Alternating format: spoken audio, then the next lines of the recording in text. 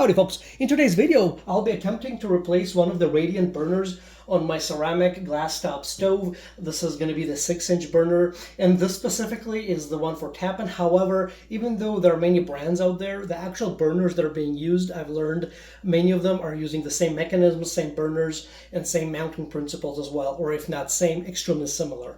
So the actual burner parts is interchangeable, and this is the one that I got that is compatible with my stove.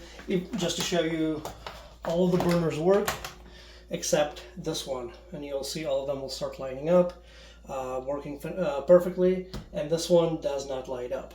So this is the one that we'll be replacing. I just measured before ordering that this is the 6-inch one, and I found a compatible one on the internet, and like you can see, all of them are working except this one. So before we do anything, we'll need to go ahead and disconnect the power before we start doing any work or any troubleshooting. So disconnect the power. You can move the stove and disconnect it from the plug. In my specific case, I'll just go ahead and disconnect it via the breaker. Once the power has been turned off from the stove, we'll go ahead and we'll need to lift this top piece. And in order to do so, this top piece is held by, most of the time, just going to be 2 screws from the bottom here. So to do that, we'll open up the stove, and then from the bottom, just get most likely it's going to be a Phillips screwdriver, remove those 2 screws. So under the stove, you have those 2 screws like I mentioned. Here's one, and there's number 2. You remove those, and then this whole thing will lift up. Once the screws are removed, we can go ahead and raise this piece like this. And you need a piece of wood or some clamps. In my case, I have clamps like this that I can use. They're kind of reversible clamps that I can use in order to get this raised. All right, so we'll go to the defective piece, and we can even see that it is discolored as well. So was definitely some sort of a short or something happened. At this point, highly recommended that you take a picture of whatever you're about to disassemble so that you can wire it back correctly as well. Because what will end up happening is that, as you can see, these 2 burners here are attached to this clamp, to this track. And this track needs to be removed so that we can remove the burner from this track. And you can see it is being held in place by a couple of brackets. Looks like just 2 brackets. All right, let's get going.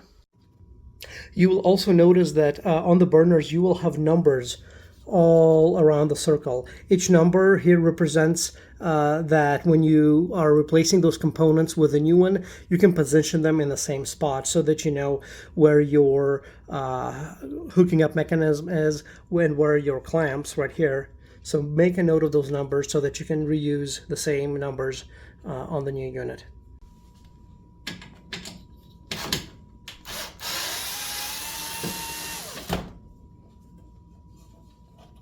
Make sure not to lose that screw. Put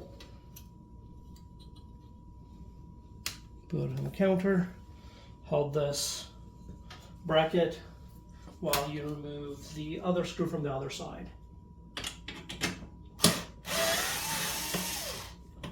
And I think in my last shot you guys did not see it, but essentially once you remove the second piece, this whole bracket comes down, and then we can go from there. And here's the defective one right here. And we can see where this is where the element burnt out in my case, and the other one looks perfectly good, and that's the large one. All right, let's go ahead and get this replaced. And here's my replacement one.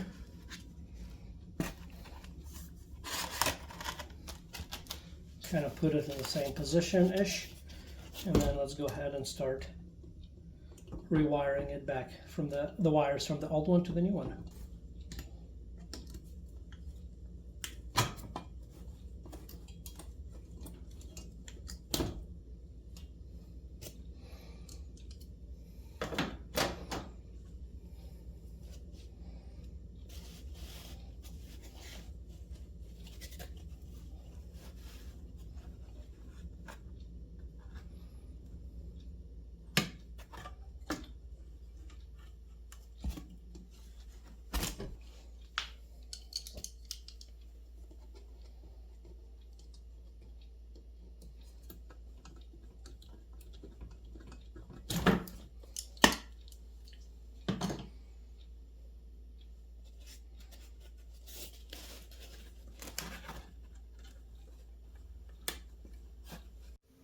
Alright, so I moved all of the wires back in the same spot as the old one. And at this point, again, we want to note the degrees where this bracket is holding this burner at so that we can try to replicate the same thing on the other side. Alright, now we need to remove the burner from the bracket.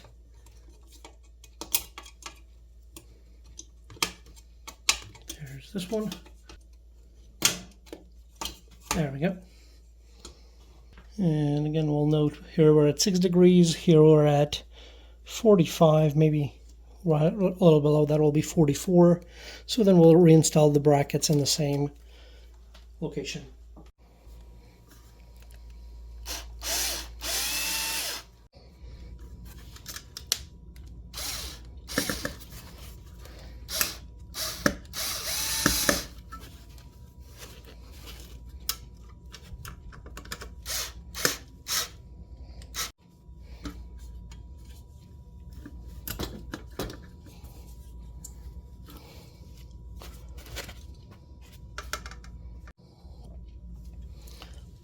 Now we verify that everything is lined up before we screw the bracket back into its place to make sure that the holes line up, that the burners line up, and they are. And now we can go ahead and use the screws to put them back, to put the bracket in its place.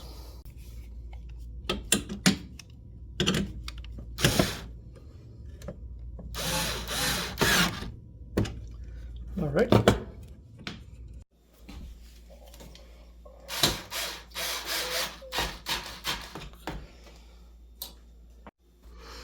Okay, and here we're just making sure that everything is tight and that the new burner is completely secured against the top.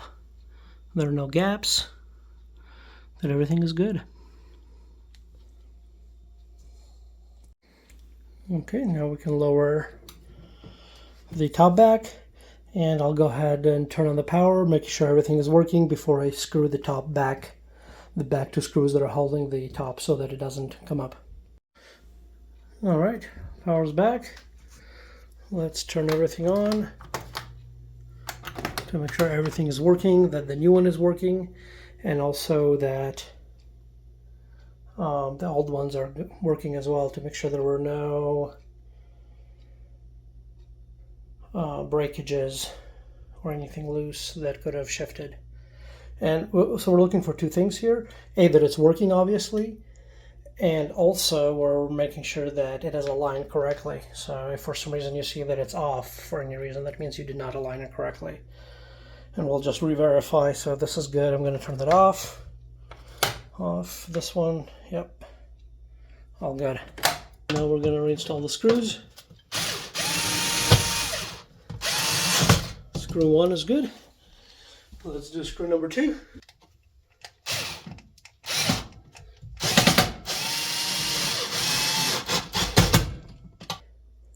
Well, folks, we're done. Well, we set the time, and then we're done.